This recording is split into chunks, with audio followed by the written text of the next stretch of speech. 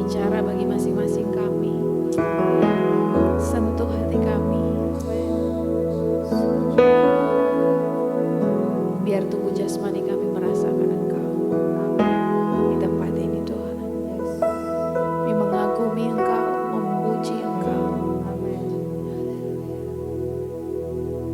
Di tempat ini Tuhan kami panggil nama Yesus. Satu hal yang kami percaya, Tuhan setia, Tuhan ajaib, Tuhan baik, Tuhan dahsyat, dan Tuhan masih menjawab doa sampai hari ini. Amin. Terima kasih Tuhan, dalam nama Tuhan Yesus Kristus. Yang siap memuji Tuhan, yang dikasihi Tuhan, boleh katakan amin. Amin. Nah, ada satu ayat dalam Roma 5. Karena kita tahu bahwa kesengsaraan itu menimbulkan ketekunan. Ketekunan menimbulkan tahan uji. Tahan uji menimbulkan pengharapan. Amin. Harapan di dalam Tuhan tidak pernah mati. Tidak pernah sia-sia. Saya percaya, saya yakin kita semua sepakat bahwa Yesus Kristus hidup sampai hari ini, masih berkarya, bergerak di dalam kita, melalui kita, dan masih menjawab doa. Amin. Mari bangkit berdiri bersama-sama di hadapan Tuhan. Ya, kasih salam di kiri kanan. Katakan mari memuji Tuhan. Amin. Amin.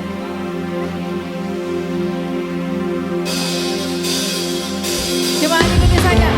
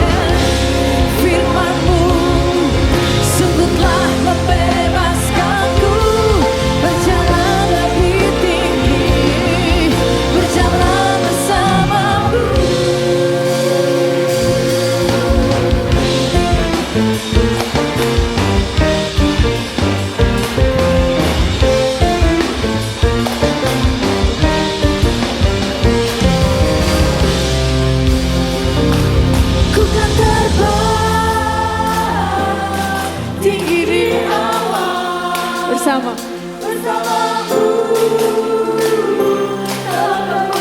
Come on Shirley.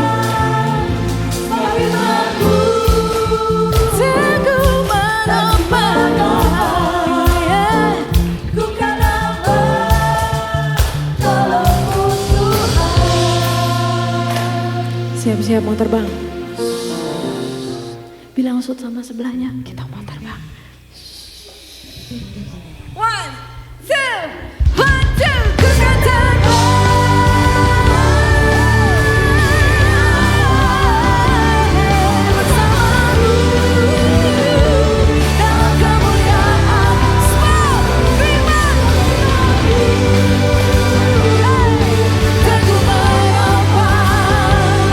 ku kan terbang.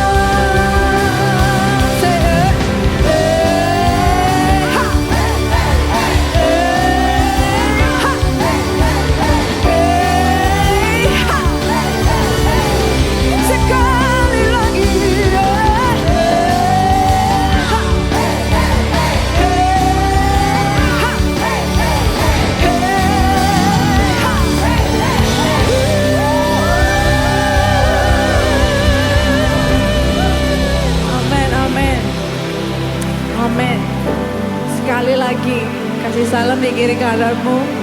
Katakan, Tuhan Yesus itu ada di dalam kamu, ada di dalam kamu, ada di dalammu, ada di dalam kita semua, ada di dalam kita semua. Amin. Mari nyanyikan nyanyian kemenangan. Mari nyanyikan nyanyian kemenangan. Sebab saya mau ngajak kita semua mengingat sebuah peristiwa yang ada di dalam cerita Alkitab, yaitu yang pernah terjadi ribuan tahun lalu. Seorang anak kecil yang menghadapi raksasa dan kemudian dia melemparkan kekuatan yang dia miliki bersama dengan Tuhan dan raksasa itu tumbang. Siapa dia? Siapa?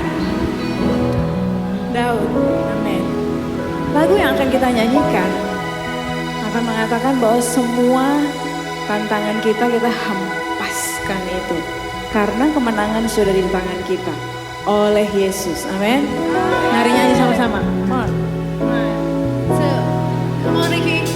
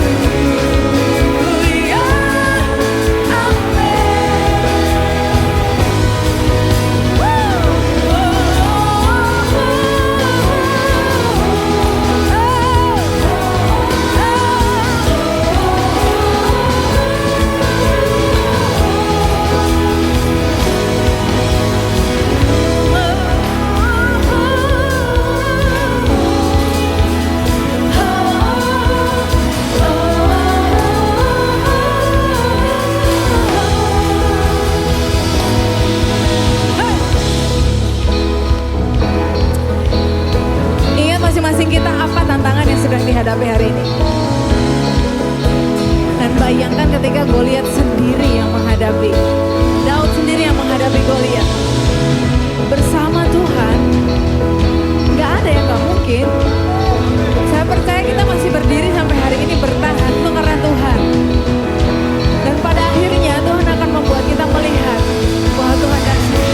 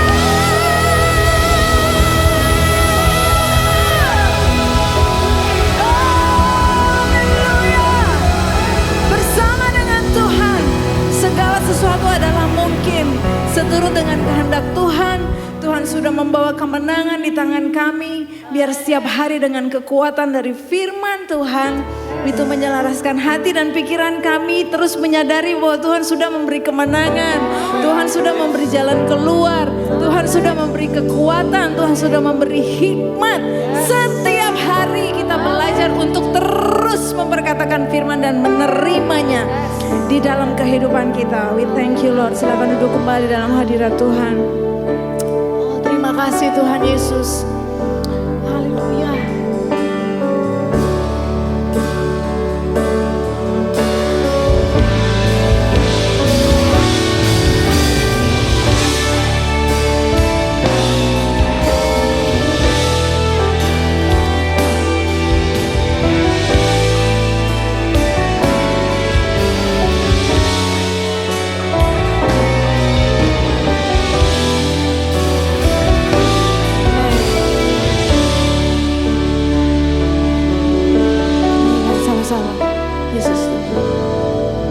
Yesus Tuhan, mulialah namanya.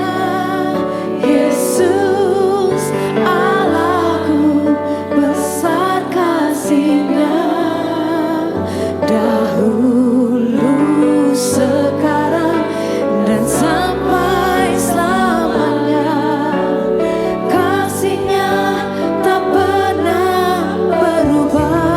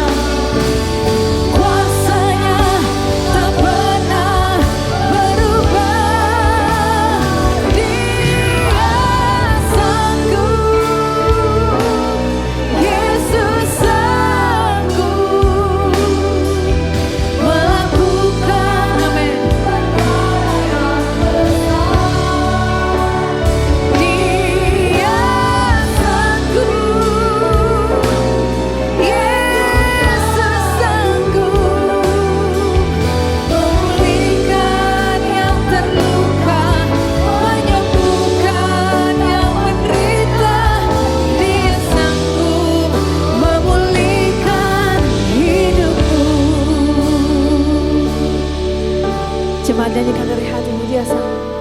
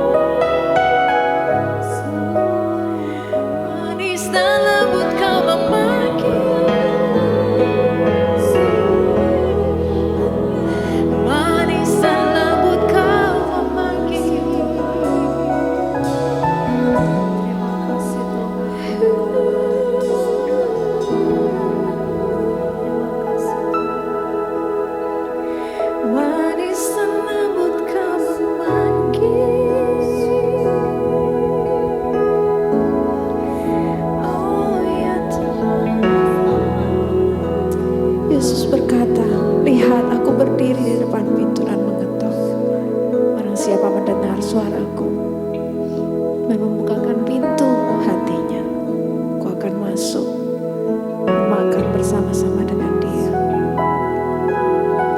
Tuhan, biar kami meresponi Engkau dengan benar, Tuhan Yesus. Supaya kami menerima pesan penting yang Engkau mau sampaikan buat kami. Yang kami tahu itu mengubahkan kami. Itu sangat mengubahkan kami. Terima kasih Tuhan, kami percaya janji-Mu.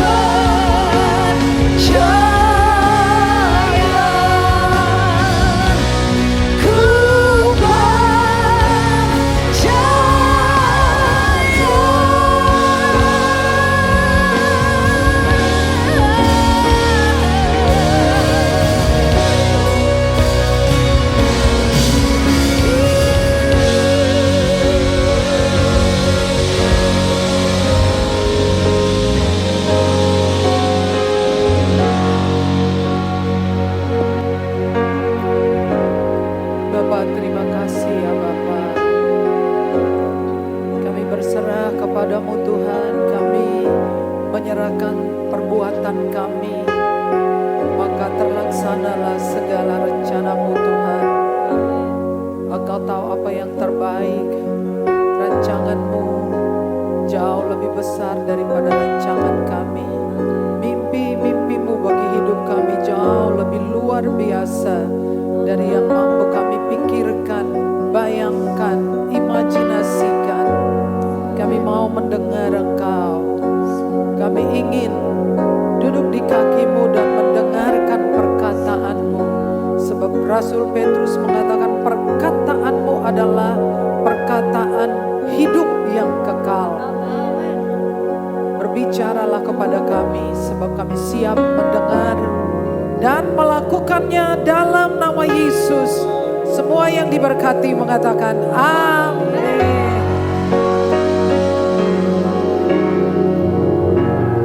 Thank you buat worship team yang telah guide kita menikmati hadirat Tuhan. Puji Tuhan. Saudara, dalam bulan ini kita akan belajar mengenai momen terobosan. Semua katakan momen terobosan.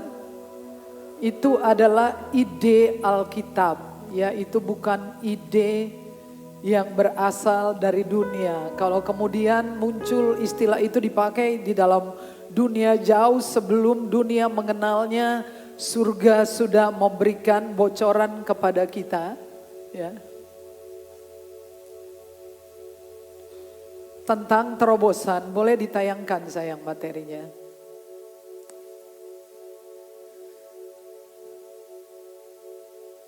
Dalam sekian minggu ke depan, ya, sampai bulan ini berakhir kita akan belajar. Ya, buka Alkitab Bapak Ibu dari Injil. 1 Raja-Raja pasal 18. Ya, baca sama-sama 3. Momen, kebaca ya 1, 2, 3.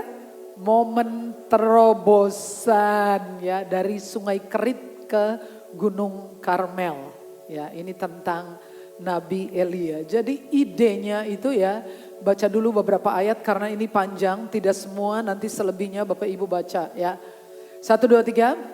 Lalu pergilah Obadja menemui Ahab dan memberitahukan hal itu kepadanya. Kemudian Ahab pergi menemui Elisa. Segera sesudah Ahab melihat Elia, ia berkata kepadanya, "Engkaukah itu yang mencelakakan Israel?" Jawab Elia kepadanya, "Bukan aku yang mencelakakan Israel, melainkan engkau ini dan kaum keluargamu. Sebab kamu telah meninggalkan perintah-perintah Tuhan dan engkau ini telah mengikuti para Baal." Ya, itu satunya, mengikuti para Baal.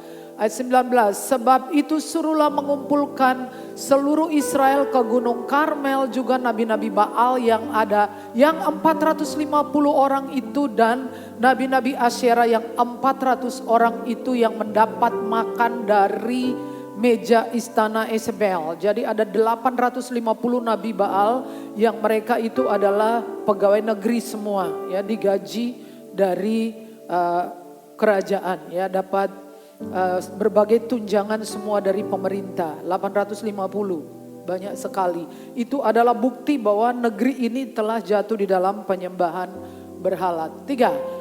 Ahab mengirim orang ke seluruh Israel dan mengumpulkan nabi-nabi itu ke Gunung Karmel.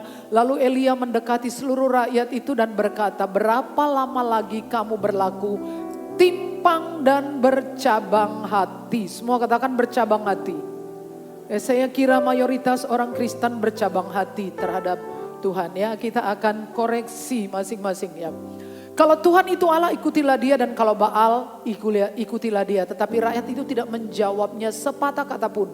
Lalu Elia berkata kepada rakyat itu, "Hanya aku seorang diri yang tinggal sebagai nabi Tuhan. Padahal nabi-nabi Baal itu ada 450 orang yang banyaknya. Namun baiklah, diberikan kepada kami 2 ekor lembu jantan.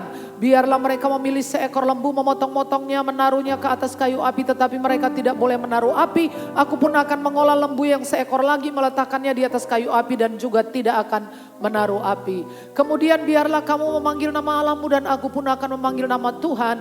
Maka Allah yang menjawab dengan api, dialah Allah." Seluruh rakyat menyahut katanya, "Baiklah demikian." Kemudian Elia berkata kepada nabi-nabi Baal itu, pilihlah seekor lembu dan olahlah itu dahulu. Karena kamu ini banyak, sesudah itu panggillah nama Allahmu. Tetapi kamu tidak boleh menaruh api, mereka mengambil lembu yang diberikan kepadanya. Mengolahnya dan memanggil nama Baal dari pagi sampai tengah hari, katanya, ya Baal, jawablah kami. Tetapi tidak ada suara, tidak ada yang menjawab. Sementara itu mereka berjingkat-jingkat di sekeliling mezbah yang dibuat mereka itu. Pada waktu tengah hari Elia mulai mengejek mereka, katanya, panggillah lebih keras. Bukankah dia Allah? Mungkin dia merenung, mungkin ada urusannya, mungkin dia bepergian, barangkali dia tidur dan belum terjaga mereka. Maka mereka memanggil lebih keras serta menoreh-noreh dirinya dengan pedang dan tombak seperti kebiasaan mereka. Sehingga darah mereka bercucuran di tubuh mereka. Sesudah lewat tengah hari mereka kerasukan sampai waktu mempersembahkan korban petang. Tetapi tidak ada suara, tidak ada yang menjawab, tidak ada tanda perhatian. Dan selanjutnya baca sendiri ya, karena panjang sampai menggeh-menggeh ya. Jadi sekali lagi, tahu kenapa Metusalah itu meninggal disebabkan karena apa? Karena meniup lilin terlalu banyak. 969 nafasnya pedot ya. Lalu mati ya. Sampai menggeh-menggeh. Jadi itu ide Alkitab yang adanya saudara bisa menemukan dalam 2 Samuel pasal 5 ayat 17. Daud ketika mengalahkan musuhnya dia berseru, Tuhan telah menerobos musuhku. Ya, jadi terobosan berarti jebolan, terobosan, ledakan air yang tidak terbentung. Dan dalam kasus ini, dalam cerita ini sudah 3,5 tahun hujan gak turun-turun. Dan pada saat itu dikasih emas, buat mereka gak ada gunanya emas. Perak dikasih apapun enggak, mereka butuhnya adalah hujan. Hujan setelah 3,5 tahun itu ditahan, lalu kemudian disuntai. Nah itu namanya terobosan, ya terobosan. Hujan selama 3,5 tahun ditahan, ya. Oke. Semua kegagalan dimulai dari sini, ya. Gagal dalam penyembahan. Karena itu sederhana sekali dan saya kira kita semua bisa memperbaikinya, oke? Amin ya.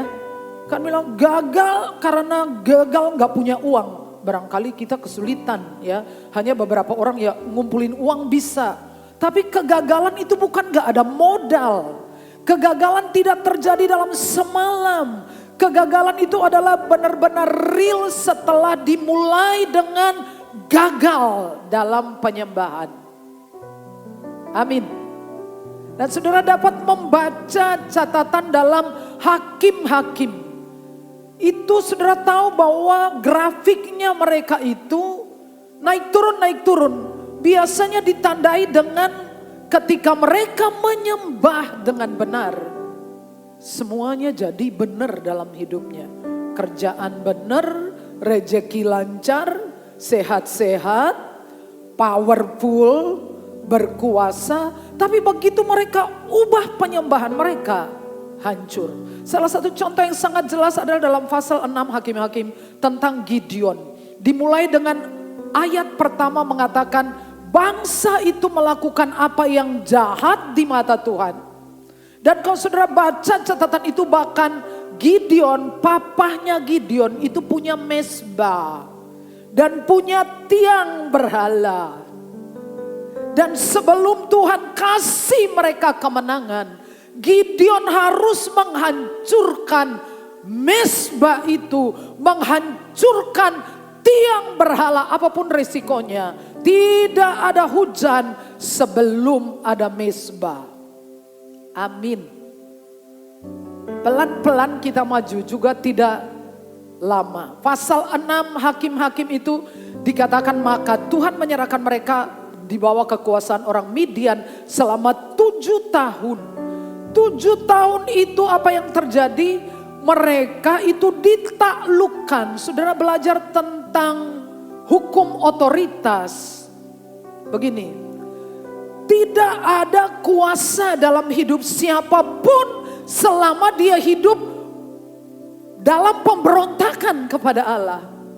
Karena otoritas itu berasal dari Allah, maka ketika saudara tunduk hormat kepada Allah, maka semua setan tunduk hormat kepada saudara. Tidak ada amin. Bahwa semua pria saat mereka tunduk tunduk dan menghormati Allah, juga istri dan anaknya dengan senang hati menghormati. Autopilot itu hukum otoritas. Ketika seorang istri tunduk lalu menghormati suaminya, juga anak-anaknya akan menghormati dia. Saudara setuju dengan ini? Ini hukum otoritas. Jadi karena mereka memberontak, mereka tidak menyembah Allah, jadinya mereka ditaklukkan. Secara politik pemerintahan mereka ditundukkan, tidak ada power, tidak ada kuasa. Yang berikut, saudara baca pasal 6, mereka itu hidup dalam intimidasi dan ketakutan. Jadi kalau mereka panen, mereka sembunyi. Karena orang-orang Midian, orang-orang Moab berkumpul datang bawa unta, datang dan merusak hasil panen. Dan kemudian mereka menjadi miskin, bukan saja miskin, sampai melarat. Melarat itu di bawah miskin. Coba saudara lihat arti kata melarat. Jadi orang tidak akan sampai melarat, urut-urutannya pasti. Ini dulu, beresin dulu penyembahannya. Oke ya? Nah, sekarang kita mau belajar mengenai konsep penyembahan itu. Kalau kita ngelihatin dari mula pertama, ya. Jadi sebelum orang gagal dalam hal apapun, dalam pernikahannya, dalam bisnisnya, dalam pelayanannya, dia mesti sudah gagal di sini, gagal dalam penyembahan. Ya, saudara jangan cepat-cepat bilang, tapi di rumahku nggak ada patung. Tenang, nanti saya tunjukkan berhala modernnya seperti apa. Ketika Ahab itu memerintah 22 tahun. Dan selama 22 tahun itu orang Israel semua takluk dan menyembah kepada Baal dan Asyera. 22 tahun. 3,5 tahun terakhir Elia datang dan berbicara kepada Ahab. Demi Tuhan yang hidup, Allah Israel yang kulayani, sesungguhnya tidak akan ada embun atau hujan pada tahun ini, kecuali kalau kukatakan. Jadi kita sudah belajar menyelesaikan masalah adalah kita menyelesaikannya dari akar. Katakan akar. Kita tidak membereskan gejala. Jadi kalau ada masalah-masalah yang kita hadapi itu gejala. Tapi kita harus lihat dari bawah. Apa akarnya? Harus memperbaiki mezbah sebelum melihat hujan turun. Tidak sulit bagi Tuhan untuk menumpahkan hujan. Tetapi mereka harus membereskan mezbah. Ya. Baca sama-sama, 3. Penyembahan, 3, 1, 2, 3. Penyembahan tidak tentang lagu-lagu hebat yang dinyanyikan. Abraham tidak pernah menulis lagu, tidak pernah bernyanyi, tetapi ia menunjukkan dengan bukti penyembahan adalah 2 hal, taat dan korban. Abraham tidak pernah nulis lagu. Tapi kata pertama yang bicara tentang penyembahan adalah di dalam Kejadian pasal 22 ayat 5. 22 ayat 5. Ya, baca sama-sama, 3. Kata Abraham kepada kedua bujangnya itu, tinggallah kamu di sini dengan keledai ini, aku beserta anakku. Anak ini akan pergi ke sana, kami akan sembahyang. Sembahyang. Itu kata pertama yang muncul di Alkitab tentang istilah menyembah. Jadi dia tidak pergi dengan lagu-lagu, tetapi dia pergi, yang pertama adalah dia taat. Dia percaya dan bukti dari percayanya adalah dia taat, lalu dia mempersembahkan korban. Jadi DNA dari penyembahan itu adalah iman, taat, lalu korban. Saya yakin bahwa spiritnya Yesus itu adalah berkorban. Kalau Yesus tidak pernah berkorban, kita sudah selesai. Urusan kita akan berakhir di neraka. Jadi saya sangat yakin bahwa kita mewarisi DNA Kristus, sehingga hidup kita tidak lain adalah ingin menaati Yesus seperti Yesus menaati Bapa, dan bahwa kita memiliki warisan spiritual yang suka berkorban. Say yes, rela berkorban. Dan karena orang-orang rela berkorban, kita menikmati ibadah yang full AC dan menikmati tontonan yang indah. Itu karakteristik. Jadi bukan sesuatu yang dibuat-buat. Karena Spirit Kristus itu adalah berkorban. Penyembahan versi Yesus adalah pengorbanan. Kalau mengorbankan orang lain itu versi Yudas. Penyembahan versi Yudas adalah mengorbanin pihak lain untuk keuntungannya. Tapi versi Yesus adalah berkorban. Jadi yang pertama, DNA dari penyembahan itu adalah percaya, taat, dan berkorban. Terobosan itu adalah ilahi. Jika engkau memimpikannya, mulailah dengan memperbaiki mezbah penyembahan. Saudara inginkan terobosan? Saya tidak bertanya tentang ingin, tapi seaslinya kita semua perlu, katakan perlu.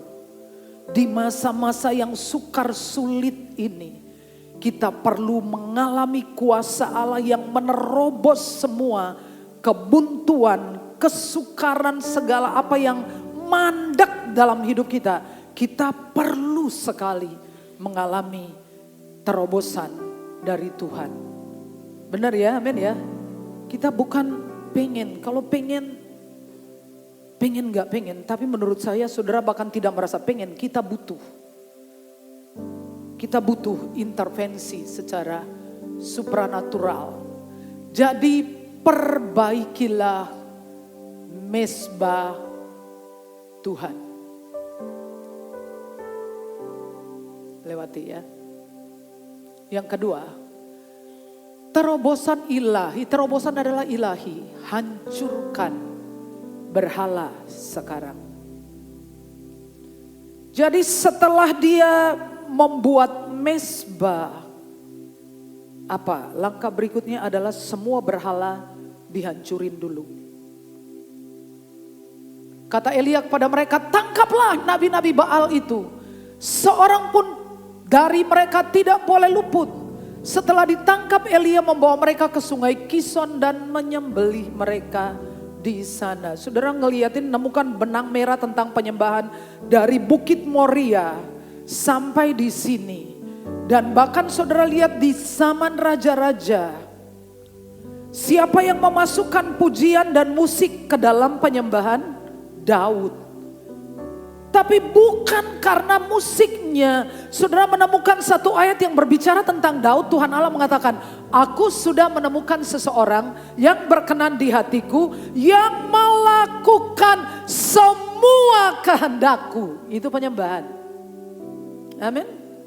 Tuhan Allah yang bersaksi, dia melakukan semua kehendak. Saudara jangan meremehkan diri saudara loh.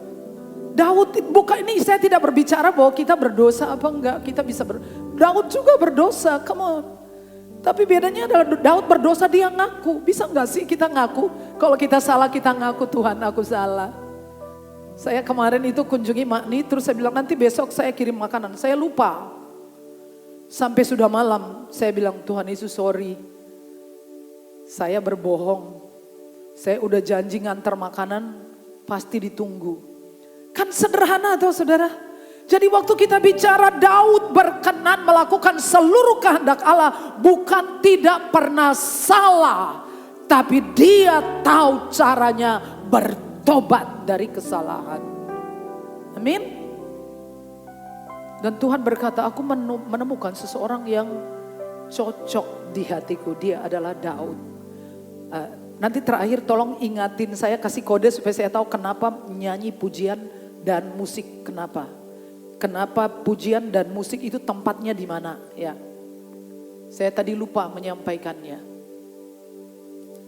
Hancurkan berhala sekarang. Tapi kita semua tidak punya berhala, cuman saya mau menunjukkan berhala lain.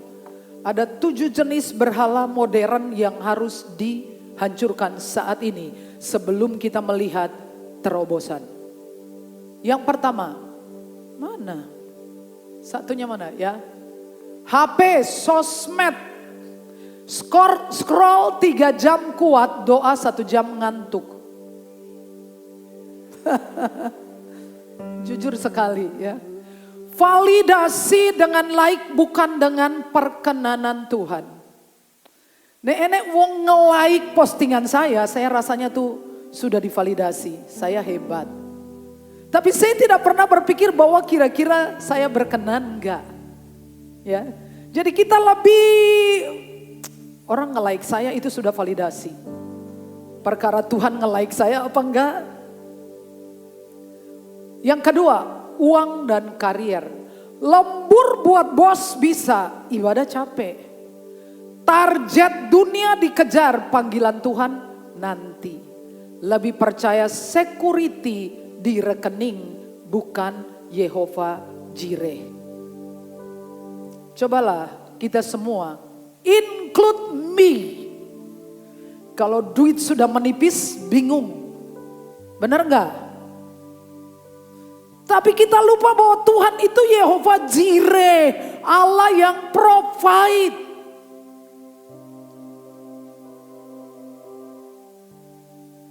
Saya kira memang kita harus belajar juga di area ini, ya. Ayo, kalau lembur bisa, ke gereja nggak bisa, capek. Saudara, Tuhan itu cemburu. Percaya? Saudara boleh nggak setelah saudara nikah? Boleh nggak Kak Al taruh mantanmu fotonya di dompetmu? Marah nggak Tika? Saya jamin Broto Yudo kalau saudara lakukan itu. Saya punya teman baik dari masa sekolah Alkitab di Jakarta. Kalau saya ke Jakarta, Pak Rudi Pendeta, teman baik banget. Setiap kali saya pergi pasti dijemput, pulang diantar. Jemput ke bandara itu jauh dengan istrinya. Tapi lama-lama Pak Daniel tidak boleh. Alasannya cuma sederhana, kalau ada orang lihat kamu sendiri dengan dia makan. Tapi saya pikir dia cemburu.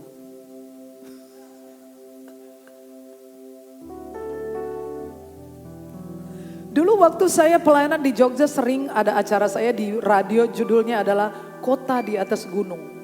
Kalau pulang jam 11 malam, nanti yang ngatar Pak Agus almarhum sendirian. Jam 11 malam 12 baru sampai di rumah. Lama-lama Pak Daniel keberatan. Nanti dilihat orang kamu diantar sama orang laki. Kayaknya masuk akal, tapi menurut saya dia cemburu. Sudah harus percaya bahwa Yesus cemburu. Kalau saudara saingkan seseorang di samping Yesus, jelas cemburu. Dan Tuhan Allah tidak pernah malu mengakui bahwa aku Allah cemburu. Kalau ada sesuatu seseorang jauh lebih penting dari beliau, beliau cemburu. Pak Daniel gak ngaku langsung kalau cemburu, tapi Tuhan Allah bilangin, aku cemburu. Aku jealous, aku cemburu. 3, pacar pasangan. Lebih takut ditinggal pacar daripada ditinggal Roh Kudus. Leres? Nah, nikah tidak seiman demi status, demi cinta, demi apapun. Tuhan cemburu sayang. 4, kenyamanan dan hiburan. Netflix maraton, puasa sehari sakit. Doa sejam gak bisa, tapi Netflix bisa berjam-jam. Drama Cina, drama drakor, berjilid-jilid. Tapi worship 1 jam. Bilang sebelahnya, Tuhan cemburu. Tuhan cemburu dengan itu siapa yang Korea itu. Saudara tonton dia, sawang dia sampai gimana ya. Tapi gak mau sawang Gusti Allah. Healing ke Bali oke, retreat cari Tuhan sehari nanti. Kira-kira ada yang mau healing ke Bandung ini? Saya sudah bilang awalnya rencananya tuh ternyata jatuhnya pas pencurahan Roh Kudus. Saya bilang gak bisa. Kalau pencurahan Roh Kudus pendeta healing gak boleh ninggalin jemaat ya. Saya bilang doa. Minggu kita harus ada di gereja. Kalau ada di tempat lain pastikan kita pergi ke gereja. Asalkan gereja Tuhan. Ingatlah dan kuduskanlah hari Sabat yang Tuhan kasih untuk kita ya. Ingat untuk pergi dan bersyukur di tempat di mana saudara ada. Kelima, diri sendiri, ego jadi Tuhan. Hidupku aturanku, saya kira kita semua include saya. Hidup saya aturan saya. Sometimes seperti itu bukan? Amin. Halo? Ego jadi Tuhan. Baper kalau ditegur firman. Cinta diri daripada tobat. Dia dengar firman Tuhan tersinggung, bukannya Tuhan aku minta ampun. Tapi malah tersinggung, dibawa sampai kemana-mana. Jadi daripada tobat, karena apa? Yang diopeni adalah egonya. Ilmu dan logika semua harus masuk akal baru percaya. Itu juga berhala. Mujizat dianggap kebetulan. Firman didebat pakai filsafat. Filsafat itu diciptakan bukan untuk menyerang iman. Iman juga bukan untuk menyerang filsafat. Tetapi filsafat membuktikan bahwa Tuhan itu ada.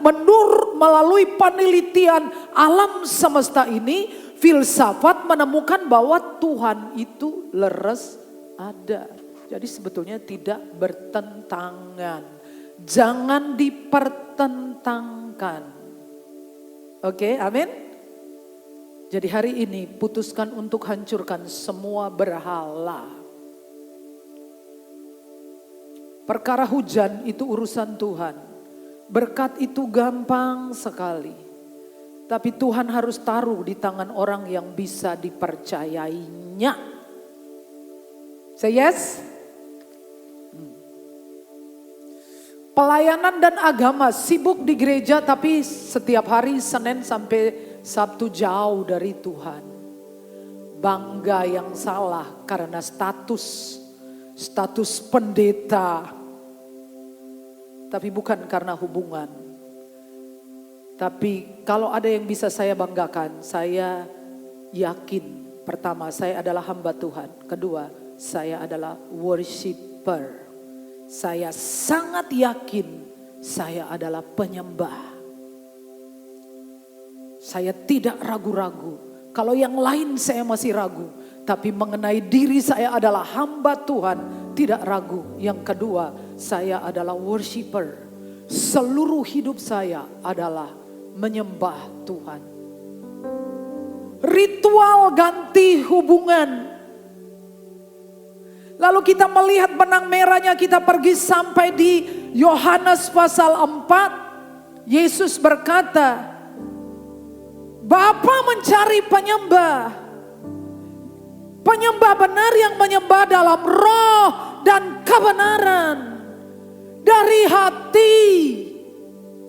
Hati yang takut, hati yang hormat, hati yang cinta, hati yang haus dan lapar. Jadi bukan ritual ibadah 2 jam, bukan. Tetapi hubungan yang intim dengan Tuhan. Dan Rasul Paulus melanjutkannya dalam Roma pasal 12 ayat 1 ayat 2. Persembahkanlah tubuhmu sebagai persembahan yang hidup, yang berkenan. Ini penyembahan. Hidup kita, perbuatan kita, apa yang kita lakukan sepanjang waktu kita menjadi penyembahan. 3. Terobosan itu sifatnya ilahi. Doa dari kita, api dari Tuhan. Yang ketiga, saudara harus bangun ini. Mengapa Yesus berdoa sampai 3 kali kalau sekali aja bisa? Lagian doanya juga cuma sama aja. Tolong jawab saya. Why? Tapi kita juga bisa belajar, saudara. Kita berdoa sekali aja cukup. Lagian ngomong itu juga. Loh, Yesus melakukannya loh. Kalau saudara lihatin apa yang Yesus ajarkan tentang ketekunan dalam doa. Lukas pasal 18 ayat 1 sampai ayat 8. Tidak jemu-jemunya berdoa. Jadi doa itu bukan untuk mengubah Tuhan, tapi mengubah kita. Waktu Yesus berdoa, Tuhan Allah tidak membebaskan dia dari salib, tetapi memberi kekuatan untuk menghadapi salib. Prayer not change God, but change the one who pray. Doa itu enggak mengubah Tuhan, tapi mengubah dia yang berdoa. Kita jadi lebih kuat. Kita menemukan jalan keluar. Jadi mengapa kita berdoa? Karena doa itu, saudara, saya senang dengan ilustrasi ini. Tentang ilustrasi transmisi. Saya ulang lagi supaya saudara menyimpannya. Istilah dalam dunia otomotif, yaitu kekuatan dari mesin itu bisa dialirkan sampai menggerakkan roda kendaraan. Itu namanya transmisi. Tapi transmisi dalam kamus bahasa Indonesia, transmisi, semua bilang transmisi. Perpindahan kekuatan dari hadirat Allah ke dalam hidup saudara. Amin. Maka saudara yang bertekun dalam doa, saudara pasti kuat jiwa raganya. Cuman segitu aminnya. Benar. Sudah pasti jiwa raganya sehat. Karena terjadi pemindahan kekuatan. Hadirat Allah itu kuasa. Itu manifestasi dari kehadiran Allah. Transmisi itu juga bisa berarti penularan. Penularan penyakit juga memakai istilah transmisi. Jadi ketika saudara berdoa, apa yang menular? Tabiatnya Tuhan menular ke saudara. Sifat-sifat Yesus menular ke sifat saudara. Sehingga hari demi hari makin tua umur, makin mirip Yesus. Nah, saya mau bicara untuk orang-orang tua, jangan sampai kita tua dilecehkan. Karena makin tua makin gak karuan, adanya tersinggung, adanya banyak menuntut, bergantung sama anak, kalau anak gak kebenaran ngamuk. Jangan sayang, Tuhan, saya percaya cinta sejati adalah Yesus. Semua cinta kita itu bersyarat. Cinta pria dan wanita ada syaratnya. Tidak mungkin tidak ada syarat. Kamu baik, aku baik. Kamu tidak baik, aku bisa lebih tidak baik. Tapi cinta Yesus tanpa syarat. Hanya Yesus yang mau tunggu kamu berjam-jam. Kamu cerita dari A sampai Z. Tengah malam jam 2. Kamu anxiety. Raiso turu, overthinking masa depan. Kau duduk, cuma Yesus yang sedia nemani engkau. Bojomu ngorok, benar enggak? Saudara curhat, dan saudara istimewa Yesus itu enggak pernah ngejudge kamu. Mau denger, seneng Kalau kita ngomong dengan orang dan dia tidak ngejudge kita. Waktu kita lagi burn out, lagi mental breakdown, dan kita curhat. Tuhan dengar. Sudah itu dipeluk, sudah itu dibisikin, saudara. Dan kadang-kadang bisikin itu cuma nguatin kamu, gak bahas masalahmu, gak bilang kamu tuh lebay, kamu udahlah lebay, kamu overthinking deh. Gak ada, sejauh ini saya gak pernah mendapatkan feedback yang seperti itu.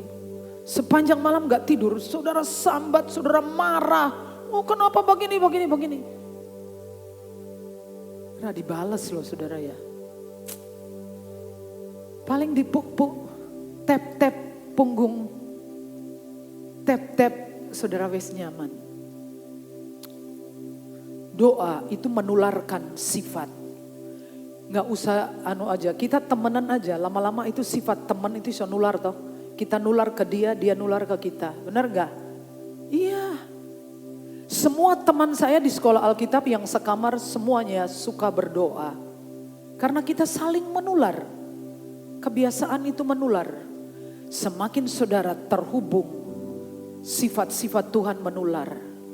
Yang ketiga, transmisi bisa berarti pemindahan pesan. Nah ini benar-benar secret. Saudara duduk, saudara terhubung dan Tuhan kasih pesannya.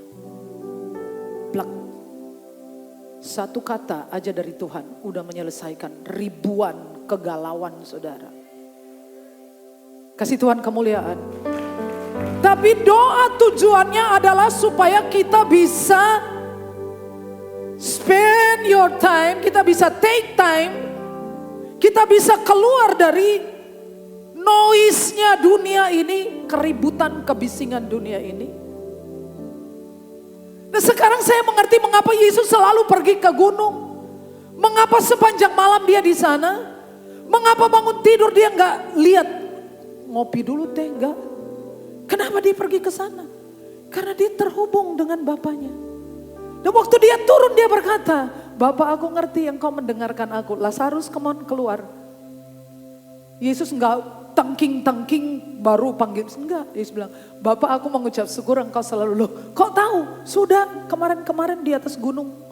Sudah ketemu. Jadi nyanyian kita, musik kita itu membantu kita untuk fokus terhubung. Oke, amin. Sebab kalau enggak ini pikiran kita liar sekali. Kita mah duduk di sini enggak cuma mikir kita, udah mikir sampai Trump ya, mikir perang dunia ketiga ya, mikir tetangga saya baru beli mobil baru ya. Itu semua bisa muter dalam sekejap mata. Jadi akhirnya kita membutuhkan doa. Pujian, penyembahan, lagu, musik, berbahasa lidah.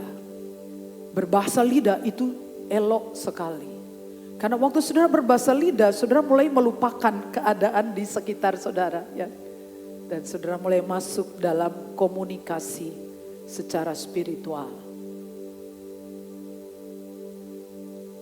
Jawablah aku ya Tuhan, jawablah aku supaya bangsa ini mengetahui bahwa engkaulah Allah ya Tuhan dan engkaulah yang membuat hati mereka tobat kembali. Doa bukan sekedar ritual rohani, malahan lebih dari itu doa adalah seni membangun keintiman dengan Yesus. Bukan ritual rohani, itu bagaimana saudara membangun kedekatan, keintiman dengan Yesus secara pribadi. Ku hidupku adalah penyembahan.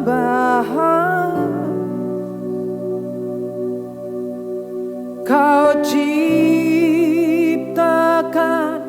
ku dalam kemuliaan-Mu.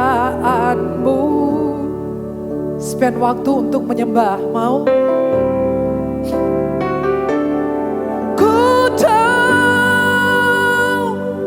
Hidupku berharga di mata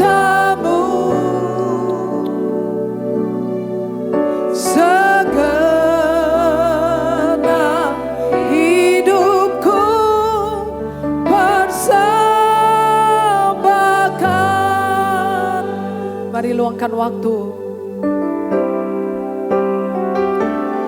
Ku tahu hidupku adalah penyembahan. Kau ciptakan ku dalam kemuliaan-Mu.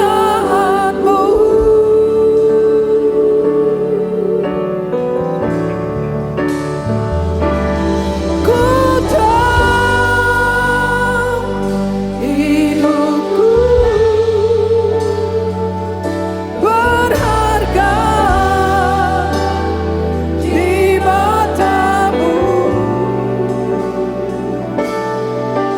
Segenap hidupku persembahkan. Saudara, pesan saya hari ini adalah hancurkan semua berhala. Apapun yang menjadi nomor satu dalam hidup saudara dalam berhala. Apa yang membuat saudara tidak ada waktu berdoa, itu berhala.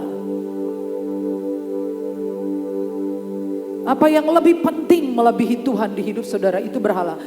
Tidak ada hujan sebelum mezbah diperbaiki. Tidak ada api sebelum mezbah dibangun. Kita sangat membutuhkan terobosan.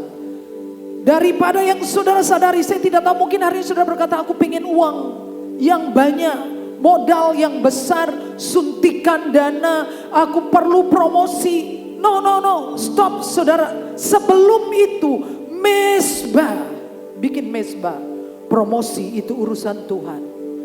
Amin. Saudara siap untuk hancurin semua berhala di hidup saudara? Amin. Ya, mari kita berdoa. Bapa, kami menyadari bahwa berhala modern ini sangat berbahaya.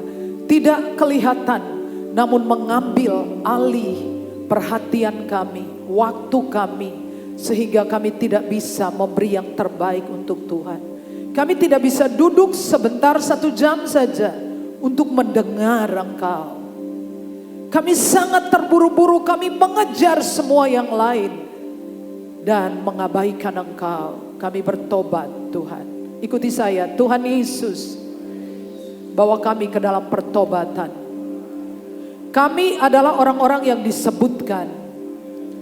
Kami punya banyak berhala di hidup kami. Ampuni kami. Kami bertobat Tuhan. Pulihkan keadaan kami. Kami mau memperbaiki mezbah kami. Urusan hujan adalah Tuhan. Urusan berkat adalah Tuhan. Urusan api adalah Tuhan. Urusan kami adalah perbaiki mezbah. Terima kasih Tuhan. Amin. Ku tahu hidupku adalah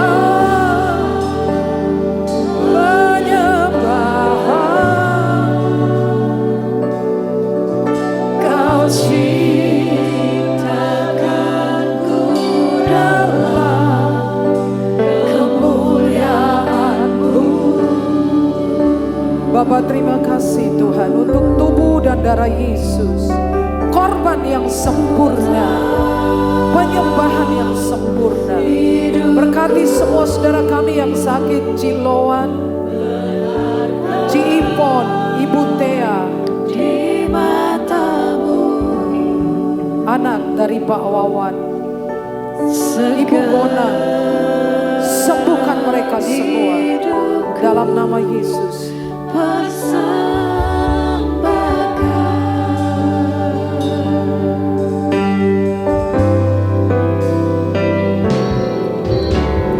Pujian dan syukurku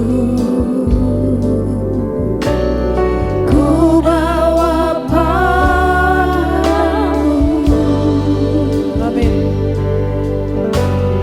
Dengan rendah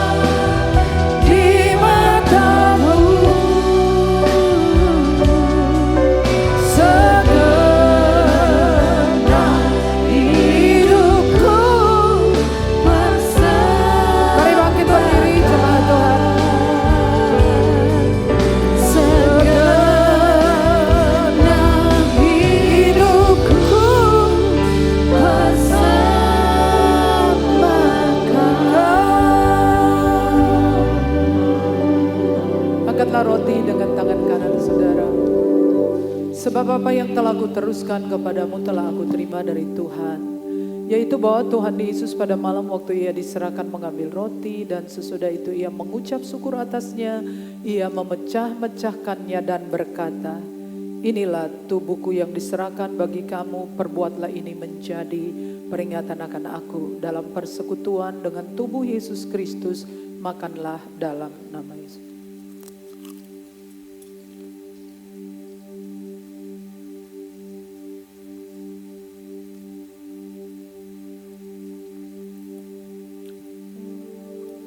Angkat cawan dengan tangan kanan Bapak Ibu. Demikian juga ia mengambil cawan sesudah makan lalu berkata, cawan ini adalah perjanjian baru yang dimeteraikan oleh darahku. Perbuatlah ini setiap kali kamu meminumnya menjadi peringatan akan aku.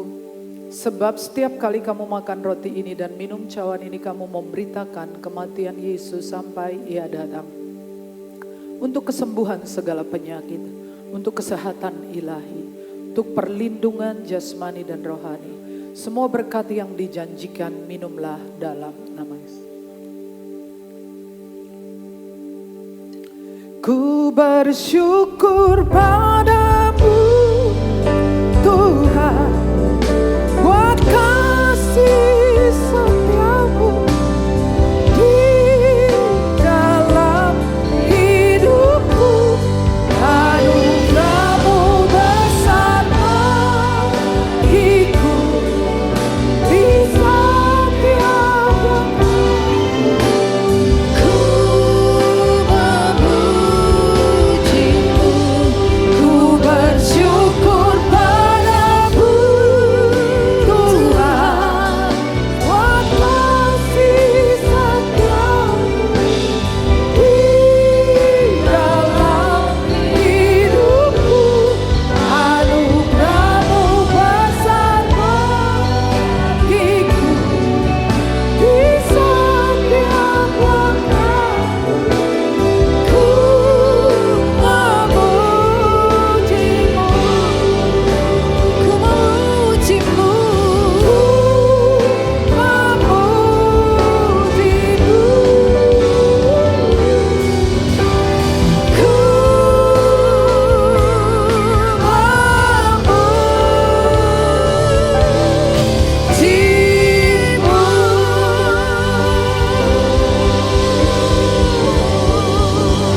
silakan duduk Bapak Ibu. Amin. Terima kasih Bu Sarah untuk firman yang sangat menguatkan kita semua. Adakah di antara kita Bapak dan Ibu yang baru pertama kali bergabung dalam ibadah bersama dengan kami di tempat ini? Kalau ada, bolehkah kami minta untuk berdiri supaya kami bisa menyambut dan menyalami? Baik, Youth Generation jangan lupa setiap hari Sabtu di sini di gereja ada pertemuan rutin. Baik, mari mempersiapkan persembahan kita untuk pekerjaan Tuhan di gereja ini. Kita akan berdoa. Tuhan Yesus, terima kasih menjadi Tuhan dan Juru Selamat dalam kehidupan kami, keluarga kami, semua hal yang kami kerjakan. Kami mengakui Engkau satu-satunya yang menjadi sumber dalam kehidupan kami.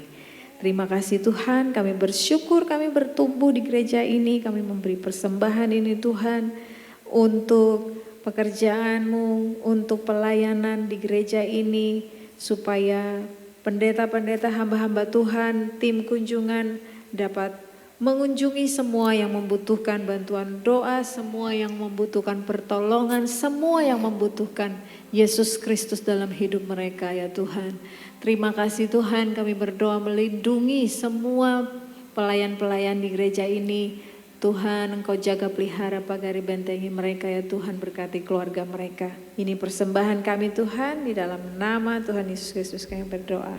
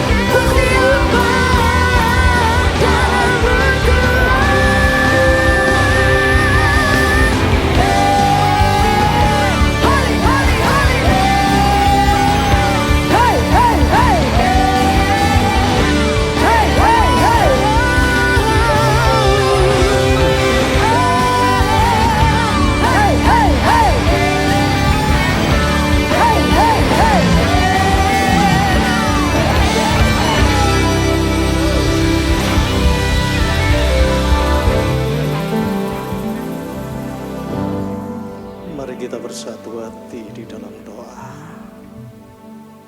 Sungguh kami bersyukur kepada Engkau, Allah yang setia, Allah yang begitu baik bagi kami. Dan Kau adalah Allah pribadi yang sungguh mengasihi kehidupan kami, ya Tuhan.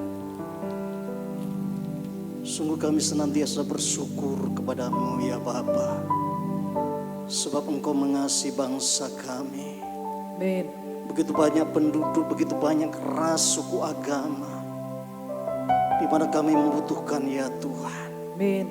Engkau sungguh berdaulat menyatukan bangsa kami. Dan Engkau Tuhan sungguh hadir untuk membawa kesejahteraan. Amin. Melalui pemerintahan yang ada.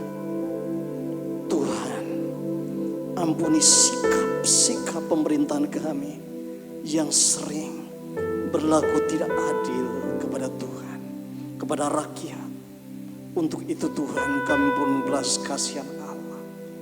Kembalikan bangsa kami kepada Engkau, Bapa, sehingga bangsa kami menjadi bangsa yang sungguh-sungguh berdaulat ada, yang bangsa yang sungguh-sungguh mengasihi Engkau, Tuhan. Terima kasih Bapa, terima kasih Tuhan. Kami juga membawa untuk pemerintahan kami, yaitu Bapak Presiden, Wakil Presiden, juga jajaran para menteri, dan juga lembaga badan dari pusat sampai daerah-daerah, bahkan lembaga tertinggi negara yang ada. Amin. Engkau Tuhan telah pada saat telah memilih mereka, menetapkan mereka, ya Tuhan, untuk menjadi kepanjangan tangan daripada-Mu. Amin. Tuhan, berikan kesadaran penuh mereka untuk bersikap, bertindak, berbijaksana, ya Tuhan, dalam mengambil setiap keputusan-keputusan, sehingga itu mensejahterakan rakyat Indonesia. Terima kasih Tuhan, terima kasih. Kami juga membawa pada saat Ibu Gembala Sidang, Ibu Sarah. Engkau sungguh mengasihi. Amin. Engkau Tuhan kasih. adalah pengayom, Amin. pemimpin, pelindung. Bahkan Engkau adalah Allah sumber kehidupan Ibu Sarah. Di dalam melayani Tuhan, di dalam mengerjakan tugas-tugas yang Tuhan percayakan. Terima kasih Tuhan, terima kasih. Dan kami percaya kepada Engkau, urapan-Mu Tuhan semakin Engkau perlipat gandakan. Terima ya kasih Tuhan. dalam nama Yesus. Terima kasih Tuhan, terima kasih. Kami juga serahkan juga hamba-hamba Tuhan, para pendeta-pendeta yang berada di cabang-cabang, juga pada saat ini para pengurus-pengurus gereja yang ada di tempat ini. Amin. Kami percaya Tuhan Engkau mempersatukan langkah-langkah kami, Amin. sehingga tujuan yang Tuhan tetapkan melalui gereja ini boleh terwujud karena kehendak Tuhan. Amin. Terima kasih Bapa, terima kasih Tuhan. Kami juga serahkan anak-anak-Mu yang senantiasa mereka punya kerinduan untuk menjadi penyembah yang benar di hadapan Tuhan. Doa kami senantiasa Bapa, jemaat di tempat ini, GSJ Filipi, setiap hari menemukan Engkau Tuhan, klik dengan Engkau Bapa, sehingga kami Tuhan menjadi orang-orang yang sungguh-sungguh takut kepada Tuhan, hormat kepada Tuhan, dan taat kepada Tuhan. Amin. Itulah Tuhan doa-doa kami senantiasa setiap hari itu. Bapa, kami juga sangat bersyukur jika kami beribadah pada siang hari ini.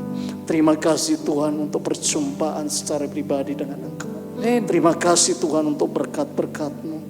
Dan kami percaya Tuhan, saat kami tinggalkan tempat ini, penyertaan Tuhan sempurna atas hidup kami. Terima kasih Bapa. Ini doa kami Tuhan, ini persembahan kami, ini permohonan kami. Di dalam nama Tuhan Yesus Kristus kami berdoa, mengucap syukur, haleluya, amin. Jemaat Tuhan, pulanglah dengan selamat dan terimalah berkat Tuhan. Tuhan memberkati engkau dan melindungi engkau. Tuhan menyinari engkau dengan wajahnya dan memberi engkau kasih karunia. Tuhan menghadapkan wajahnya kepadamu dan memberi engkau damai sejahtera. Semua yang diberkati mengatakan amin.